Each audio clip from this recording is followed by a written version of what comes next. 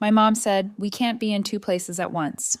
When I was in ICU and chose my bro's wedding, they spent thousands on his honeymoon instead of my hospital bills. Everyone cut them off, and their life is falling apart fast. Hey, Reddit. My parents always had a favorite kid, and it sure wasn't me. I broke my spine 2 days before my brother's wedding, got left in the hospital alone, then blamed for ruining everything. They lied to the family, but the truth came out. Let me start from the top. My name's Alicia. I'm 26, and this whole mess started 2 days before my brother's wedding. Matthias is the golden child of the family. He's 2 years older, straight A's growing up, football team captain, now working some corporate job that my parents brag about, like he invented the internet or something. Me, I was the kid who blended into the wallpaper, did fine in school, worked through college, but no one ever introduced me as their pride and joy. And to be fair, I didn't really care. Matthias was the star, and I was used to it. It only got weird when my family made everything about him, even when it had nothing to do with him. Like this wedding, my mom had been planning it like it was the royal wedding part 2. Dad basically turned into her assistant. And me, I was supposed to be the best woman, but I learned later that one of Matthias's college friends stepped in as best man. Money was tight for me at the time. Student loans, rent, you name it. So, when a buddy told me about this temporary construction gig that paid decent, I jumped on it. My plan was simple: work 2 weeks, make enough to cover the tux rental, wedding gift, and maybe have some left over for bills. Nothing crazy, just a short job to help out a bit. The site was on the edge of town. Small commercial project. Nothing that looked sketchy from the outside. A few metal frames, some scaffolding, piles of drywall stacked around. I wasn't new to labor jobs. I'd done warehouse work before, but this was my first time on a site with heights involved. The foreman did a safety talk, handed out helmets, pointed at the harnesses, told us to stay clipped in. Standard stuff. It was hot that day, the kind of heat where metal burns your hands if you forget your gloves for 2 seconds. We were working on the second level of scaffolding, bolting some metal sheets into place. I remember the smell of the dust and the sharp metallic sound every time someone dropped a wrench on the frame. Then it happened. I heard this loud ping like metal snapping. The plank under my feet jerked hard, then dropped on one side. My stomach flipped before my brain caught up. I grabbed at the rail, but it swung loose with me. Whole thing collapsed like someone yanked the rug out. I don't remember the fall clearly, just flashes. Sky ground, someone yelling my name. Then pain slammed through my back like I'd landed on a bed of bricks. Next thing I know, there's chaos. Hard hats running around, someone shouting for an ambulance. My legs felt wrong. Not like a sleep wrong, just wrong. Breathing hurt. I kept trying to shift to see my legs, but they told me to stay still. At the hospital, everything blurred together. Bright lights, people in scrubs moving fast. Someone asking if I had family to call. I mumbled my parents' number. A nurse wrote it down and disappeared. The doctor leaned over me at one point and said, "You've got spinal fractures and a broken femur. We need to operate now." I nodded, because what else do you say? That's when my best friend Jackson showed up. He looked pale as hell, kept asking the staff if I was going to be okay. They handed him a clipboard because my parents weren't there yet. It was admission and emergency contact paperwork, so he filled it out. I drifted in and out while they wheeled me somewhere. Right before I went under, I heard one of the nurses on the phone saying, "Yes, ma'am, she's about to go into surgery." Yes, I understand. But then she hung up and muttered. She said they can't make it. Rehearsal dinner tonight. I thought I misheard. I had to have misheard. When I woke up after surgery, I was in the ICU, monitors chirping, a blood pressure cuff biting my arm. Jackson was in the chair by the bed looking wrecked. He told me they put rods in my leg, screws in my spine, and that my parents knew but were still at the rehearsal. He'd called them himself. "They said they'll come tomorrow," he muttered, shaking his head. I didn't even know what to say. The pain meds made everything foggy. But I remember feeling this weird mix of anger and disbelief, like, yeah, it was Matthias's big weekend, but I was in a hospital bed full of metal rods. Tomorrow? Really? The nurses came in and out checking vitals, telling me not to move too much. At some point, a guy from the site dropped by to see how I was doing. He said the scaffolding supplier was sending reps to check the wreckage that OSHA might get involved. I barely processed it. I never heard anything after that. If there was an investigation, it happened without me. Oh, when I woke up, it felt like my spine had been replaced with fire. The lights above me were harsh. The room smelled like antiseptic, and for a second, I couldn't even tell if it was day or night. My throat was dry, and my voice cracked when I tried to speak. "Hey, easy," Jackson said from the chair next to my bed. He looked rough, like he hadn't slept. "You've been out for hours." "Surgery went okay, but it was bad, Alicia. Real bad." I asked what time it was. He told me it was noon. Wedding rehearsal had been last night. The actual wedding was tomorrow. "Did my parents come?" I asked. He hesitated. "No. They said they're busy." "Busy," I repeated. "Yeah, rehearsal dinner," he muttered, rubbing his eyes. "I called them this morning. They said they'll come by after the wedding's over." I didn't answer right away because I honestly didn't know what to say.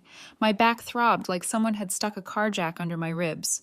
A nurse came in with a clipboard, checked the monitors, then asked if I wanted to try sitting up. I tried. My body protested immediately. My ribs felt like they were caving in. My leg felt wrong, and my head spun so hard I almost blacked out. The nurse told me to take deep breaths, like that was going to fix anything. After she left, Jackson told me he tried calling Matthias too, straight to voicemail. No call back. A little later, Mom texted me that she'd already told him I was in the ICU and they'd come after the wedding.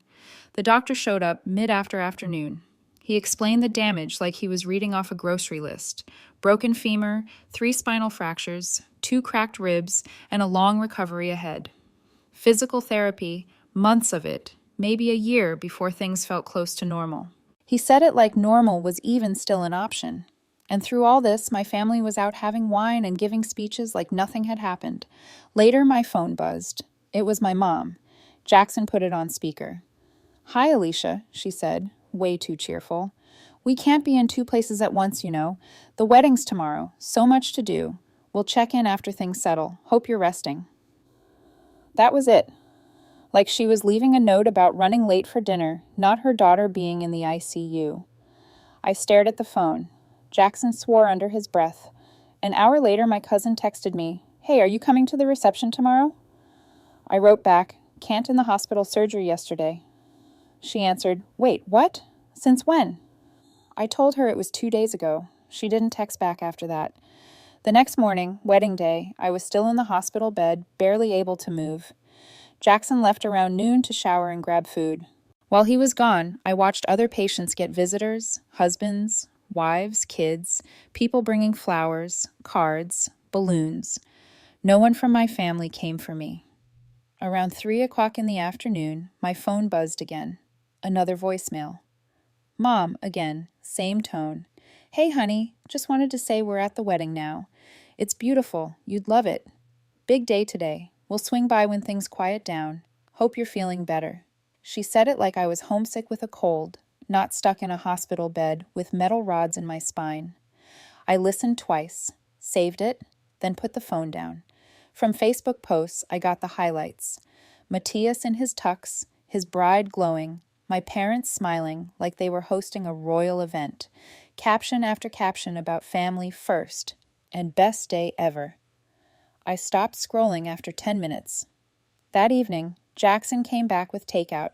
He tried talking about sports, random memes, whatever he could think of to fill the silence.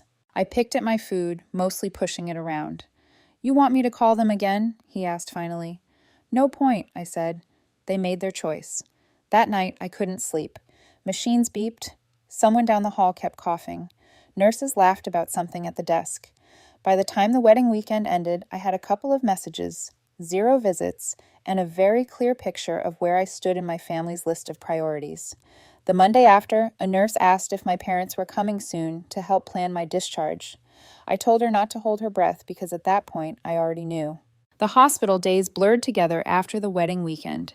Every morning, some doctor or nurse came in with a clipboard, asking if I had family who could take me in once I was released.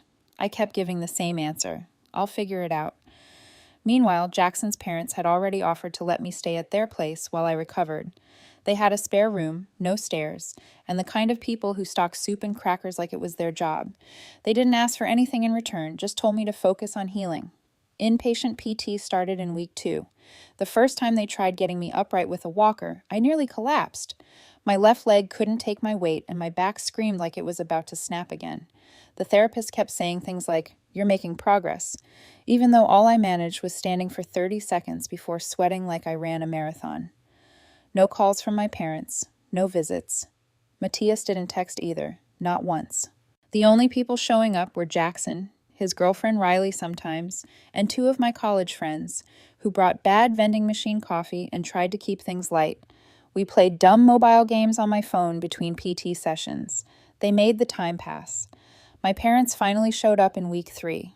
I didn't even recognize them at first. My mom had on this bright floral dress like she came from some garden party. My dad carried grocery store flowers wrapped in crinkly plastic. "Alicia," Mom said, like she was announcing me to someone. I was propped up in bed, wearing the brace they strapped around my torso to keep my spine from moving too much. My leg had metal rods, fresh scars running down the side. "You look okay," Dad said finally. I didn't answer right away. They put the flowers on the little table by my bed. My mom sat, smoothed her dress, then said, "You know, this whole thing really took the focus off Matthias's wedding." I thought I misheard. "Excuse me," I said. She sighed like I was being difficult. "People were confused, Alicia. Some relatives asked why you weren't there. It made things awkward.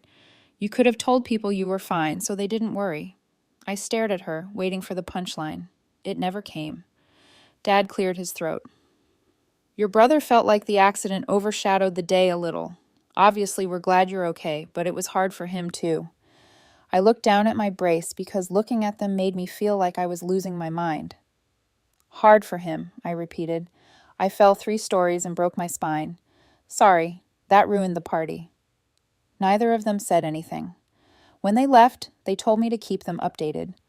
Like I was sending postcards from vacation instead of sitting in a hospital bed learning to walk again. That night, Jackson came by with his mom. She brought homemade soup that didn't taste like cardboard. I told him about the visit. Jackson swore under his breath again.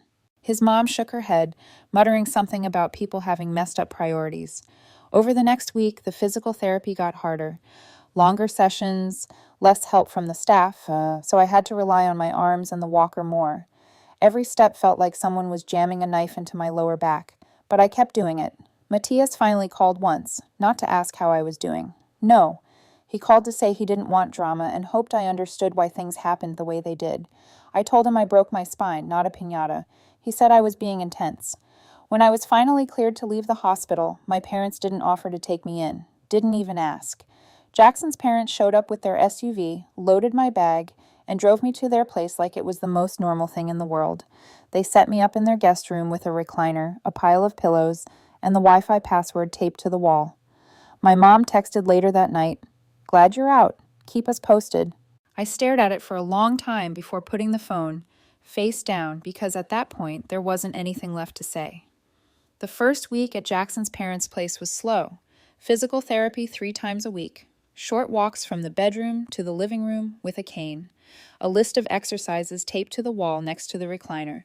Jackson's mom cooked like she was training for a competition, and his dad kept making bad jokes to keep things from feeling heavy. Meanwhile, I started getting bills from the hospital. The insurance covered some of it, but there were still deductibles, follow-up appointments, medication, and therapy sessions stacking up.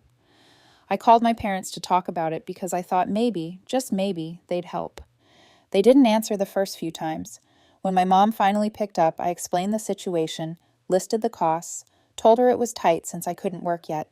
She was quiet for a second, then said, "We can't right now. We already gave Matthias some money for the honeymoon, and we still need to help them with the house fund." I thought I misheard. The honeymoon? "Well, yes," she said. "They just got married. They need support starting their life. You're an adult, Alicia. We can't fund everything." I was sitting there with a brace on my back, metal rods in my leg, pain meds lined up on the table like candy, and they couldn't help because they were paying for Matthias to sit on a beach drinking overpriced smoothies. I told her never mind and hung up. A few days later, they came to visit for the first time since I left the hospital, walked right into Jackson's parents' living room like they owned the place. My mom started with, "Oh, this is cozy," like we were giving them a tour of an Airbnb instead of me recovering in someone else's house because my own parents couldn't be bothered. Matthias wasn't with them. He was posting honeymoon pictures online, sunset dinners, boat rides, the works. My dad asked how physical therapy was going. I said, "Fine." He nodded like he was checking a box. Then my mom said, "We've been hearing things from some relatives. They think we ignored you during the wedding." We told them that wasn't true, of course. I looked at her. It was true. It was. She frowned like I just insulted her. "Alicia, it was Matthias's wedding. People don't understand how much stress we were under. We couldn't be everywhere at once." "You didn't show up at all," I said flatly. Dad shifted in his seat. "You're making this sound worse than it was," he said. That I should have played it down for the relatives. I pointed at the brace. "Yeah, I was doing great." They didn't like my tone. Mom said I was being dramatic, that accidents happen, but weddings are once in a lifetime. I asked her if she thought spines healed in a week. She changed the subject. After they left, Jackson walked in from the kitchen with a glass of water and asked how it went. I told him they wanted me to stop making them look bad. "Unbelievable," he muttered. I started getting messages from cousins after that. Apparently, my parents were telling everyone I was staying with friends because I needed space after the accident, not because they basically abandoned me in the hospital. One aunt called and asked why I didn't come to the wedding at all. I told her I was in surgery while they were cutting the cake. She went silent, then said, "My parents told a completely different story." Of course they did. Matthias finally called after he got back from the honeymoon. "No, how are you? No, sorry about the hospital." He started with, "Mom said you've been telling people we ignored you. That's not fair." "Not fair?" I said. "You knew I was in the ICU and didn't even text." "I didn't want drama at the wedding," he said like he was the victim. "I broke my spine, Matthias. Sorry if that clashed with your playlist." He told me I was bitter. I told him he was selfish. That was our whole conversation. By the end of that month, collections were calling about one of the surgery bills. One of them, because the hospital, the surgeon, and anesthesia all billed separately. My parents still didn't offer to help. They did, however, post pictures from a family barbecue I wasn't invited to. Big smiles, matching shirts, captions about family means everything. I stopped checking their pages after that. What they didn't realize was some of the relatives were starting to ask questions on their own. And I wasn't lying to anyone, I just told the truth, and people didn't like what they heard. The word traveled fast once my cousin started asking questions. I didn't go around starting conversations about it, but when someone called and asked where I'd been the past few months, I told them straight. The accident, the hospital, the wedding, the whole thing. No exaggerations, no yelling, just facts. Some of them didn't believe me at first. My parents had been spinning the story that I skipped the wedding because I was working too much and then needed space after some argument that never even happened. The moment I told my side, you could hear the shock in their voices. But I didn't have time to worry about what the extended family thought. The bills were stacking up. One afternoon, sitting at the kitchen table in Jackson's parents' house, I opened another envelope marked urgent. "Final notice," I read out loud, holding it up for Jackson. He was leaning against the counter, arms crossed. "That the surgery bill?" "Yeah," I said. "Insurance covered most, but there's still $5,000 left on this one alone. Physical therapy is another 2. Meds keep adding up too." I laughed without humor. "Guess Mom and Dad are busy paying for Matthias's infinity pool or whatever." Jackson frowned. "They're really not helping at all?" "They said they already gave Matthias money for the honeymoon and house fund," I said, sliding the paper across the table. "So no, apparently me learning to walk again isn't in the budget." He looked at the bill, then at me. "Don't stress it right now." "Kind of hard not to," I said. He didn't answer, just picked up the envelope and walked out of the room. That night, Jackson's parents sat down with me after dinner. His dad had the bill in his hand. "We're going to cover this," he said simply. I froze. "No, I can't." "You can," his mom interrupted, sliding a check across the table. "It's a loan. When you're back on your feet, you pay us back. Until then, focus on getting better." I didn't even know what to say. These weren't people swimming in money. They just cared enough to help when my own family didn't. "You sure about this?" I asked finally. His dad shrugged. "It's what family does." That hit harder than I expected. Over the next few weeks, the calls from collections stopped. The hospital confirmed the balance was paid. Jackson's parents never brought it up again. Meanwhile, Jackson became my unofficial physical therapist when the real ones weren't around. He drove me to appointments, sat in the waiting room scrolling on his phone, then walked me back to the car like I was 80 years old. At home, he made me do the boring exercises the PT gave me: leg lifts, stretches, balancing stuff. If I complained, he threw a pillow at me and told me to shut up. We watched a lot of late-night TV those weeks. Some nights we didn't talk much. Others we ended up laughing about dumb high school memories until my ribs hurt. It wasn't just the help with the bills. It was the way his family made space for me, like it wasn't a favor, like I belonged there. Matthias texted once during this time. "Heard you got the hospital paid off. Guess it wasn't that bad after all." I didn't answer because how do you even respond to something like that? As my walking improved, I started doing remote work again. Nothing crazy. Data entry, freelance writing gigs, whatever I could do from the recliner with my laptop propped on pillows. The pay wasn't great, but it was enough to cover my phone bill, meds, and some groceries, so I wasn't draining Jackson's parents completely. I set up a payment plan with them for the hospital loan, even though they told me not to rush. His mom said, "We're not worried about it, Alicia." But I was. I didn't want to be someone's permanent charity case. Meanwhile, the family drama kept brewing in the background. One cousin messaged me saying, "My mom told everyone you refused visitors in the hospital because you were embarrassed about the accident." I told him the truth. Nobody showed up until 3 weeks later, and when they did, they complained about the wedding. Next thing I knew, my aunt called demanding to know why my parents lied. I told her to ask them. One Saturday, Jackson and I were sitting on the porch when he said, "You realize your parents are digging their own grave here, right? They keep lying. People keep finding out. It's on them." I nodded. "Yeah, but they'll blame me when everyone stops taking their side." "Let them," he said. "People see what's real." Eventually, by the end of that month, I was taking short indoor walks without the cane. Still slow and stiff, but moving. Jackson filmed it on his phone, cheering like I just won a marathon. I sent the video to my parents. No response. By the time summer rolled around, the truth had legs of its own. I didn't push it. I didn't post anything online or start any arguments. But every time someone called or messaged asking where I'd been the last few family events, I told them the same thing. The accident happened 2 days before the wedding. I was in the hospital for 3 weeks.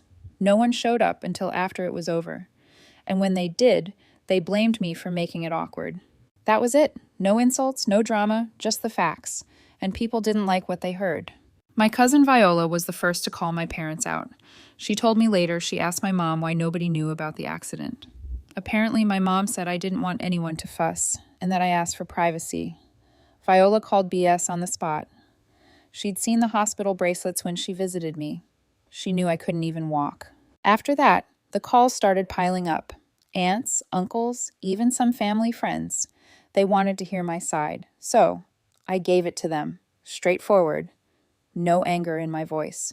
The more people heard, the more cracks started showing in my parents' story. There was this annual family barbecue that July. Big deal for my parents. They hosted, loved being the center of attention. Pictures on Facebook, long captions about family traditions. But this year, half the usual crowd didn't show. I wasn't invited, obviously, but Viola sent me a photo someone posted. My parents sitting at a picnic table with empty chairs around them. Matthias there too, looking annoyed. Later that night, he texted me, "You're turning people against us. You need to stop." I stared at the message for a while before replying. I just answered questions. Not my fault the truth doesn't make you look good. He didn't respond after that.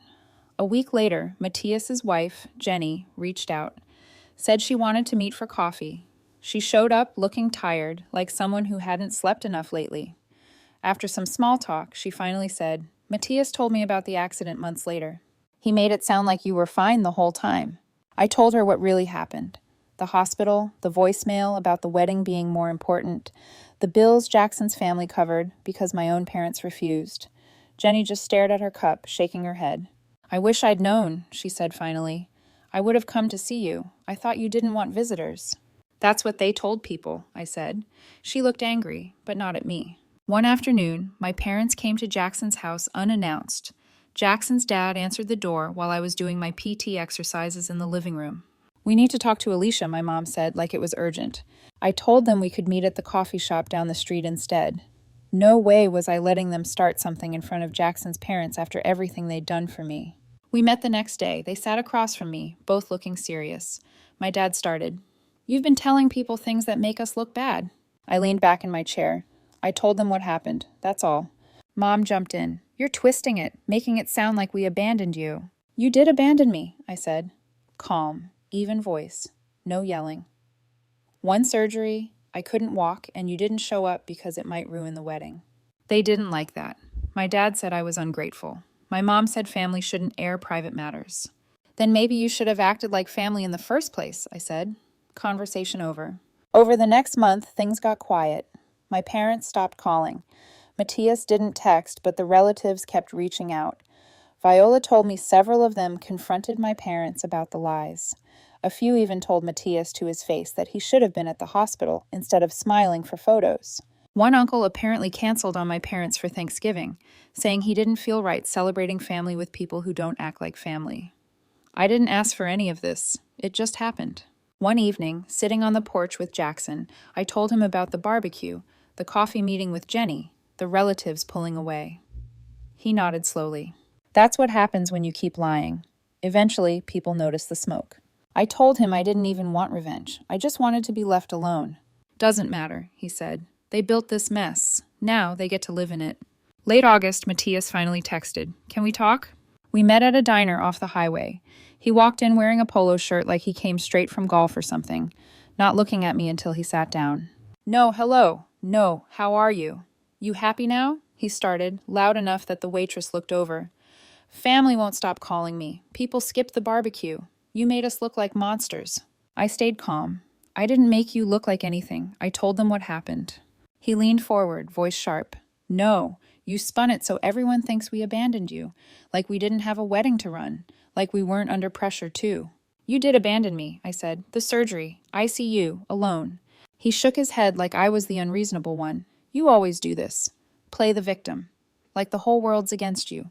You could have told people you were fine, but no, you let them think we're heartless." I laughed once. "You want me to send a thank you card for ignoring me? Maybe frame the voicemail where Mom said the wedding was more important." His face tightened. "You know what your problem is? You can't stand that the spotlight wasn't on you. It killed you that my wedding mattered more than your accident." That actually made me blink. "You think I fell off scaffolding for attention? Seriously?" He didn't back down. "Wouldn't be the first time you made things harder for everyone else." I stared at him. "I was fighting to walk again while you were on a beach drinking cocktails. Jackson's parents paid my hospital bills because our own parents wouldn't. And you're mad because people finally saw through the perfect little image you built. That's what this is about." He leaned back, smirking like he won something. "People wouldn't even know if you kept your mouth shut." "Right," I said, "because the truth only counts if it makes you look good." "Families stick together," he snapped. "Families show up," I shot back. "Families don't skip the hospital because it clashes with the cake-cutting schedule." His voice rose. "You could have waited. You didn't have to tell everyone." I laughed again, this time shaking my head. "Sorry my accident wasn't convenient for you, Matthias. Next time I'll check your calendar before I break my spine." He slammed his hand on the table, silverware rattling. "You ruined everything. The wedding, the family events, Mom and Dad's reputation. You ruined it." "I ruined it?" I said, cutting him off. "All I did was stop covering for you." He opened his mouth, ready to fire back, but nothing came out. For a second, he just sat there, jaw tight, like it finally hit him. There was no spin left to hide behind. I dropped some cash on the table for my coffee and stood up. "You wanted the crown, Matthias. Congrats. But don't get mad at me because it's falling apart now." I left him sitting there, red-faced in the middle of the diner, people staring from nearby tables. In early December, Jenny texted me. "We separated for a bit," she wrote. "Matthias is staying at his friend's place." I didn't ask for details. None of my business, but later Viola said Jenny told a few people she was tired of Matthias playing the victim, tired of him blaming everyone else when the truth caught up. I believed it. That diner conversation showed me all I needed to know about my brother's talent for dodging responsibility. Meanwhile, my life moved on. I kept working remote gigs while finishing physical therapy. By February, I was fully off the cane outdoors. Still stiff sometimes, but nothing like before. Jackson's parents refused every time I tried to start paying them back for the hospital loan. You need time, his dad said. Money can wait. But I set the money aside anyway, month after month, building it up until I could hand them the full amount.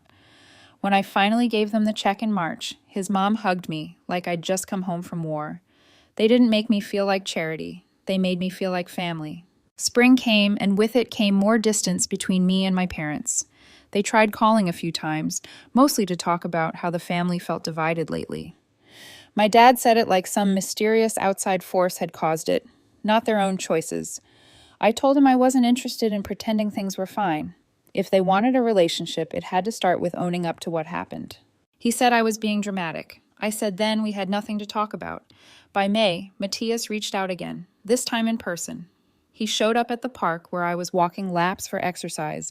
No hello, no small talk, just straight into it. You told people about Jenny leaving? He snapped. I raised an eyebrow. No, Viola mentioned it. Guess word got around. You enjoy this, don't you? His voice was bitter. Everyone treating me like the bad guy while you sit back looking innocent. I kept my hands in my jacket pockets. You made yourself the bad guy, Matthias. I didn't tell you to ignore me in the hospital. I didn't tell you to lie to the family. That was all you. He laughed without humor. You think you're so perfect now? Because people feel sorry for you. Nobody feels sorry for me, I said evenly. They just finally see you for who you are. He didn't like that. One accident and you act like you're the hero of the story. I looked at him for a long second. No hero here, just someone who stopped covering for you. For once, he didn't have a comeback. He stood there jaw tight, then turned and walked off without another word. 2 weeks later, Jenny filed for divorce. Viola told me apparently Jenny said she was tired of his selfishness, tired of the Golden Boy act, tired of carrying the marriage while he played victim about the family drama he caused. Matthias moved back in with my parents after that. The last time I saw them all together was at a cousin's birthday the next July. I showed up because Viola invited me directly. My parents tried small talk, asking about work, about therapy, about whether I was feeling better these days. I gave short answers and kept eating my cake. Matthias didn't say anything to me at all, just sat there looking like someone who'd watched his kingdom crumble one brick at a time. I left early, walking out into the warm evening air. My legs felt steady, my back didn't ache as much anymore. On the way home, I passed a construction site. New scaffolding, bright warning signs, workers in harnesses double-checking bolts before climbing. I stopped for a second, watching them work. Then I kept walking, because that part of my life was over. The accident, the lies, the drama, none of it was mine to carry anymore. I had my health back. I had people who showed up when it mattered. The rest could fall apart without me. And it did. YouTube just dropped this new hype feature. If you're hooked on this story, smash that hype button. It tells YouTube, this video deserves to blow up.